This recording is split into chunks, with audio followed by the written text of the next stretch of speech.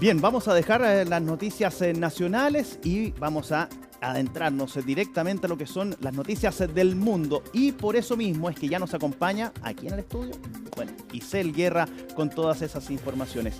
¿Cómo estás, Isel? ¿Cómo estás, Felipe? En esta oportunidad vamos a comenzar, como ha sido la tónica por lo demás en las últimas semanas. Lo que se ha llevado la agenda, sin lugar a dudas. Sí, sin duda, y sobre todo teniendo en cuenta las últimas acciones que ha realizado Estados Unidos, particularmente sobre este petrolero al que incautaba, ¿no? A mediados de esta semana, Felipe, en lo que evidentemente se entendía era un aumento de las tensiones y una preocupación adicional sobre cuál podría ser el desenlace finalmente detrás de todas las acciones que hemos visto desde principios de septiembre hasta este momento. Imágenes que de verdad recorrieron el mundo rápidamente y que, uno podía pensar perfectamente, si no leía, por ejemplo, el generador de caracteres, podía pensar perfectamente que era una película, porque de verdad era cinematográfico toda la llegada. Sí, sin duda, y de hecho esa precisamente ha sido la comparación que han hecho los medios internacionales respecto de la incautación de este petrolero venezolano, que, ojo, aquí la Casa Blanca ha advertido que la imagen que vimos a mediados de esta semana podría repetirse precisamente en las próximas semanas, y esto porque durante estas últimas horas se han anunciado sanciones contra 6 de estos buques y también 6 compañías detrás precisamente del traslado de crudo, así como también 3 sobrinos de Nicolás Maduro. Todos ellos están dentro de este listado entonces de figuras, personas y compañías sancionadas por la administración norteamericana. Lo que se entiende hasta este momento, lo que habríamos visto durante estos últimos días podría ser el inicio quizás de otras acciones que podría lanzar la Casa Blanca. Todos los detalles de las advertencias y también de las amenazas que ha lanzado Estados Unidos lo vamos a revisar en el informe que preparó Maximiliano Araya.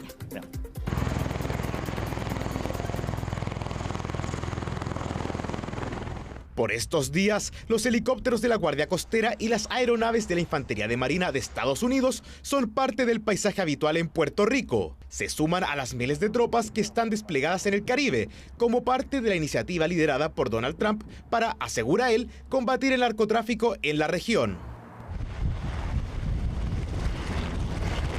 La incautación del buque petrolero Skipper por parte de la administración Trump frente a las costas de Venezuela ocurrida en la semana fue un golpe fuerte para el régimen venezolano, pero Trump advirtió que los ataques contra lo que él dice que son sitios de narcotráfico no han terminado e incluso advirtió otra vez que pronto podrían comenzar una incursión por tierra.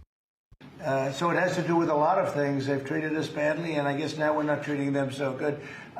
If you look at the drug traffic by sea is down 92%. And nobody can figure out who the 8% is because I have no idea. Anybody getting involved in that right now is not doing well. And we'll start that on land too. It's going to be starting on land pretty soon. Estados Unidos anunció nuevas sanciones a 6 compañías navieras que exportan crudo, junto a 6 buques operados por estas firmas, lo que abre la puerta a nuevas confiscaciones. Además, en la reciente lista de sanciones publicada el jueves, fueron incluidos 3 sobrinos de la esposa de Maduro, Cilia Flores. Maduro hacía sus descargos ante las cámaras. Secuestro y robo como piratas del Caribe a una nave mercantil, comercial, civil, privada, una nave de paz que fue asaltada. Donald Trump también tiene en la mira al presidente de Colombia. Trump advirtió que Gustavo Petro será el siguiente, sin entregar mayores detalles. Por su parte, el líder colombiano calificó como un acto de piratería la reciente incautación del buque petrolero, afirmando que la acción revela que el verdadero objetivo de Washington es el control de los recursos energéticos de la región. Acaban de incautar un barco, es piratería, petrolero, es petróleo, es decir, están demostrando por qué están haciendo lo que hacen. Petróleo, petróleo y petróleo. Con la presencia de una potente fuerza estadounidense en el Caribe, Maduro, por su parte, buscaba dejar en claro que no está solo. Y es que el líder chavista sostuvo una conversación telefónica con Vladimir Putin, en la que expresó su solidaridad con el pueblo venezolano. Tuve una larga conversación con nuestro hermano mayor, amigo, valiente, el presidente Vladimir Putin de Rusia, quien me pidió que le transmitiera que nosotros apoyamos de manera invariable al proceso venezolano, al presidente Maduro y a los esfuerzos de ustedes por defender su soberanía nacional y la paz. En medio de la incertidumbre sobre el futuro de Maduro en el poder, las últimas acciones sobre el crudo venezolano hacen temer que la tensión está lejos de desaparecer. Un tremendo despliegue, por lo demás, Felipe, que tiene Estados Unidos en nuestra región, particularmente en el Caribe. Se habla de 15.000 efectivos, ¿no?, desplegados en el mar del Caribe. Un portaaviones gigantesco, el más moderno, por lo demás, que tiene Estados Unidos. Son algunos antecedentes para tener en cuenta también las acciones que ha estado realizando el país norteamericano en estos últimos meses. Claramente, y bueno, ya hay quienes señalan que esto podría, tú lo decías al comienzo también, que esto podría verse o incrementarse con el pasar de los días. Quizás las acciones que pueda hacer la Casa Blanca en contra del gobierno de Nicolás Maduro sean incluso más fuertes. Si esas conversaciones que tuvo o que dice haber tenido Nicolás Maduro con Vladimir Putin, nuevamente vamos a estar temiendo cosas mayores tal vez. Y la verdad es que ahí es cuando uno dice, bueno, ¿hasta dónde podemos llegar? Claro, sí, de todas formas, ¿no? Teniendo en cuenta, por lo demás, lo que ha sido la acción de Estados Unidos, la respuesta que ha tenido también Nicolás Maduro, que ha ido variando conforme han avanzado las semanas. Hay quienes plantean que efectivamente Nicolás Maduro tiene miedo, ¿no? Teniendo en cuenta las diferentes medidas que ha adoptado Estados Unidos. Entre ellos se suma, por lo demás, a la que vimos al inicio, ¿no? Sí. Haber dado una especie de fondo de $50 millones por información que permita la captura de Nicolás Maduro. Eso sigue vigente, ¿no? Y eso además se suma también el despliegue, lo veíamos en el informe de Maximiliano Araya también, la presencia de las tropas o en rigor de infantes de marina, ¿no?, de Estados Unidos en Puerto Rico, que se ha ido reforzando, sobre todo esta última semana. Claro, hacen temer y preguntarse sobre todo cuál es efectivamente el objetivo que tiene aquí Donald Trump y cuál va a ser finalmente el punto máximo que vamos a ver en medio de estas tensiones. En parte, leía declaraciones también durante la semana y a raíz de justamente lo que pasó con el buque petrolero, algunos piensan, incluso desde el mismo Venezuela, entiendo que Nicolás Maduro lo expresó durante los últimos días, que aquí lo que se busca, más que interrumpir la democracia de Venezuela o la pseudo-democracia de Venezuela, es justamente quedarse con el petróleo. Claro. Parte de las declaraciones que se han escuchado, ¿no? Sí, de hecho lo dicen desde el régimen, ¿no?, que el objetivo detrás de todas estas acciones en rigor es el crudo venezolano. Hay algunas cifras para dimensionar también la industria que hay detrás del crudo en Venezuela.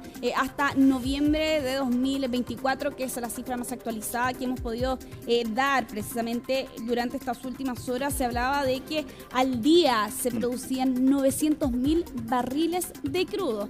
Para que entendamos un poco también de toda la industria que hay detrás precisamente en este país. Y claro, el destino más evidente sin duda China, pero allí Venezuela compite también con otras naciones, entre ellas Irán y Rusia, ¿no?, teniendo que vender un crudo mucho más barato, teniendo en cuenta por lo demás la fortaleza que tienen estas otras dos naciones en esa área en particular.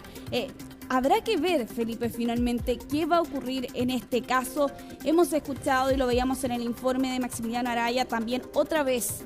Donald Trump hace alusión a la posibilidad de lanzar un ataque contra el territorio de Venezuela, porque recordemos que hasta este momento los ataques y los incidentes han ocurrido en aguas internacionales o en el mar, no directamente en el territorio. Evidentemente lanzar un ataque contra la tierra en Venezuela sin duda significaría escalar aún más este conflicto, y teniendo en cuenta además las repetidas amenazas que también ha lanzado el régimen chavista ante una eventual acción de esas características. Claro, y ahí estaríamos ya hablando que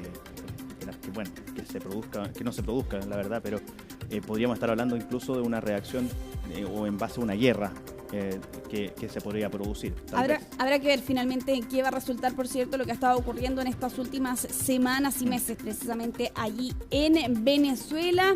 Y claro, con declaraciones más recientes que también ha entregado hace algunos momentos atrás Donald Trump, haciendo alusión precisamente, insistiendo otra vez en la posibilidad y en esa amenaza que lanza de un eventual ataque ante el territorio venezolano. Vamos a estar monitoreando sin duda esta noticia, Felipe, pero vamos a avanzar. Nos quedamos en nuestra región. Hace solo algunos momentos atrás se ha informado de parte de la justicia boliviana que Luis Arce va a tener que estar al menos 5 meses en prisión preventiva. Esa ha sido la decisión que ha adoptado un juez durante esta tarde y todo esto cuando él, precisamente ex mandatario boliviano, fue detenido hace algunos días atrás, el miércoles pasado, a solicitud de la Fiscalía bajo la acusación de incumplimiento de deberes y de conducta antieconómica, y esto por una acusación de una presunta malversación de fondos cuando él era ministro de Economía por malos manejos de fondos para proyectos indígenas. Hace algunos momentos atrás también, Felipe, se ha informado que él se ha declarado inocente detrás de estas acusaciones que está enfrentando el exmandatario boliviano, que recordemos apenas hace un mes atrás, el 8 de noviembre terminó su mandato para dar paso, ¿no?, al centrista Rodrigo Paz Pereira tras 20 años de el MAS en el poder en Bolivia. Solamente como para ir entendiendo, ¿es una investigación que se mantenía ya o esto comienza a partir de que él deja el mandato? Sí, de hecho lo que hemos conocido a raíz precisamente de su detención a mediados de esta semana es este proceso que tomaba más fuerza, ¿no? Y también tomaba más forma a raíz precisamente de su salida de la presidencia. Claro, bueno. Son 5 meses de prisión preventiva y ahí hay que empezar a ver el tema de la investigación propiamente tal. Sí, sin duda, y habrá que ver también en qué va a quedar por lo demás este proceso y qué va a determinar finalmente la justicia de este país. Avancemos, Felipe. Bueno, porque durante este día se han divulgado una serie de fotografías. En rigor son 19 registros, uno de ellos el que están viendo ustedes a nuestras espaldas, y son diferentes momentos, episodios, no se ha informado de la fecha exacta, pero tienen un factor en común, están relacionados con el caso Epstein. Hay otro factor en común también, son las personas, las figuras que acompañan también estas fotografías, no solo el ex pedófilo convicto, sino que, por ejemplo, lo estábamos viendo allí en imágenes, el presidente de Estados Unidos, Donald Trump, también el exmandatario Bill Clinton, Bill Gates, el cineasta Woody Allen, también son parte de las figuras de un amplio espectro político, tanto demócratas como republicanos, que aparecen en estos registros, estas fotografías que han sido publicadas durante esta jornada tras la divulgación de parte de los demócratas del Comité de Supervisión de la Cámara de Representantes. Y claro, si bien no se identifica la fecha, como te mencionaba anteriormente, tampoco se muestran acciones ilícitas. De todas formas, se ven detalles de la vida de Epstein, así como también la amplitud del círculo en el que se movía, por cierto, este pedófilo convicto. No solamente hay personeros de la política, sino que del mundo empresarial, del mundo del arte, de la cultura, del cine, tú lo decías también, ahí se podía ver a Woody Allen, entre otros. Ahí el rubio que está ahí es el dueño de una de las empresas más grandes de telecomunicaciones también, no recuerdo su nombre, pero es quien tenía SpaceX, una de las empresas, ¿no? SpaceX es Elon Musk. Elon Musk, sí, tienes toda la razón. Bueno, ya me voy a acordar del nombre, ya lo voy a recordar. Ahí dejarlo pendiente. Sí, pero estas son las fotografías tabú de que muchos quieren o querían mantener en secreto, ojalá lo más guardadas posible y ojalá destruidas, porque la verdad se destapa el conocimiento o al menos las relaciones que tenían con este sujeto que de verdad es condenable todas sus acciones que se han ido conociendo en el último tiempo. Sí, particularmente el presidente de Estados Unidos, Donald Trump, ¿no? Sí. Que sobre todo este último año ha desestimado cualquier amistad que pudo haber tenido en su momento con Epstein. Se entiende, ¿no?, que ellos fueron cercanos, algo más parecido a una amistad, sobre todo en la década de los 90. De hecho, en esa fotografía aparecía precisamente el presidente de Estados Unidos, Donald Trump, con otras 6 mujeres a quienes se les tapa el rostro. Lo están viendo ustedes allí en las imágenes. Y se entiende que aparentemente habría sido una fiesta con temática hawaiana, como lo plantea CNN durante este día. Hay al menos 4 fotografías donde aparece la figura del presidente de Estados Unidos y que han sido divulgadas durante este último día. En otro de los registros, ahí lo vemos también, están juntos Jeffrey Epstein y Donald Trump, así como también otro de estas imágenes, ¿no?, donde aparentemente estaba arriba de un avión. En ese registro rostro es precisamente el expresidente de Estados Unidos, Bill Clinton. De hecho, tiene una firma con un color dorado. Allí aparece junto a Ghislaine Maxwell, quien también está condenada precisamente por el caso de Epstein. Ella está condenada a unos 20 años de cárcel aproximadamente. Y claro, todo esto ocurre, Felipe, en la víspera de lo que vamos a ver ya la próxima semana. Se deberían divulgar documentos relacionados con este caso, luego que tanto la Cámara de Representantes como el Senado prácticamente de manera unánime dieran el visto bueno, ¿no?, en este proyecto de ley que ya tiene la firma del presidente de Estados Unidos con un plazo de unos 30 días aproximadamente para que precisamente el Departamento de Justicia divulgue esos documentos.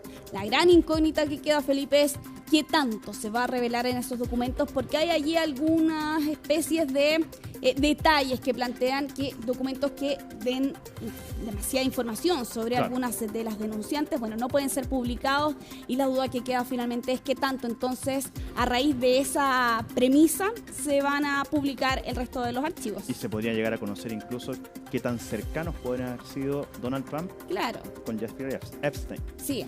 Bueno, esa es una pregunta que seguramente vamos a poder resolver ya la próxima semana. Durante este día, Felipe, el rey Carlos III ha entregado un mensaje. Sí, lo están viendo ustedes allí en nuestro wall, y es el mensaje que habitualmente suele dar el monarca británico cuando finaliza el año, y en esta oportunidad ha hecho una especie de actualización respecto de su estado de salud, quien confirma por lo demás una mejoría en el tratamiento contra este cáncer que ha estado enfrentando y cuyo diagnóstico conocimos hace ya casi 2 años atrás aproximadamente, y ahí a raíz también de una campaña Stand Up to Cancer es que el monarca de 77 años hacía este anuncio de buenas noticias, ¿no?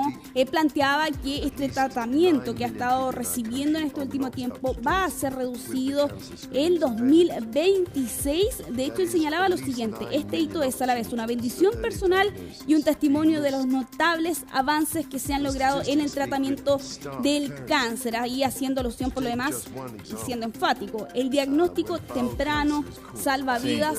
Felipe, esta sin duda además es una de las mayores actualizaciones que hemos conocido del estado de salud de Carlos III desde que se supo precisamente su diagnóstico en febrero del 2024. Es una buena noticia para la monarquía inglesa, británica, y claro, él también lo dijo en un comienzo, con este comunicado, cuando se da a conocer esta información respecto de su estado de salud, fue claro en decir, en ese último mensaje también que tú mencionabas, que el diagnóstico temprano ayudó justamente a poder tomar las medidas correspondientes rápidamente y prontamente, porque son cosas muy distintas. Y también es una influencia positiva que hace, por ejemplo, una figura pública, de dejar en claro lo que ha tenido que enfrentar, haciendo llamado también a la gente a que replique precisamente ese tipo de acciones. Exactamente. Y ahí, ahí también hay un tema. Él no deja el tratamiento, él los disminuye. Exactamente. Y ahí también es un paso muy importante dentro de esta lucha contra el cáncer. Sí, sin duda. Y claro, habrá que ver allí finalmente cuando se dé la anuncio finalmente de que ya ha podido dejar atrás, por cierto, este diagnóstico. Vamos a ir cerrando esta revisión internacional con una medida bastante polémica que entró en vigor esta semana en Australia, que es la prohibición de redes sociales para los menores de 16 años. ¿Estás de acuerdo? Hay un debate bastante interesante. Yo todavía no lo tengo muy claro, Felipe, pero he estado estudiando también el tema, por cierto. Sin duda hay que hacer algo para enfrentar la realidad que viven los niños, los menores de edad, en un ambiente bastante duro, teniendo en cuenta la cantidad de información, de mensajes que pueden recibir, de las personas con las que pueden hablar, y es precisamente ese el debate que se ha instalado en Australia, pero no todos están de acuerdo precisamente con esa postura. Evidentemente ya hay algunas redes sociales que se han mostrado en contra, y una de ellas, Reddit, ya incluso ha presentado una acción judicial contra esta nación por esta prohibición, y de hecho esta presentación lo ha hecho ante el tribunal más alto, ¿no? El objetivo sin duda es evidente: bloquear la ley que entró en vigor el pasado día miércoles y que prohíbe al menos 10 redes sociales. Bueno, ¿cuál es el argumento que plantea aquí esta red social Reddit, que de hecho vemos allí en el centro de ese teléfono celular? Bueno, señalan que esta ley suprime la libertad de los adolescentes y que además les impide participar en los debates políticos y públicos. Claro, allí los padres sin duda pueden tener varios reparos, por cierto, a esa premisa que lanza esta red social para presentar su demanda allí en Australia por esta prohibición. Pero ahora te pregunto a ti también, Felipe, ¿estás de acuerdo o no a favor de precisamente esta acción? Mitad y mitad. Sí.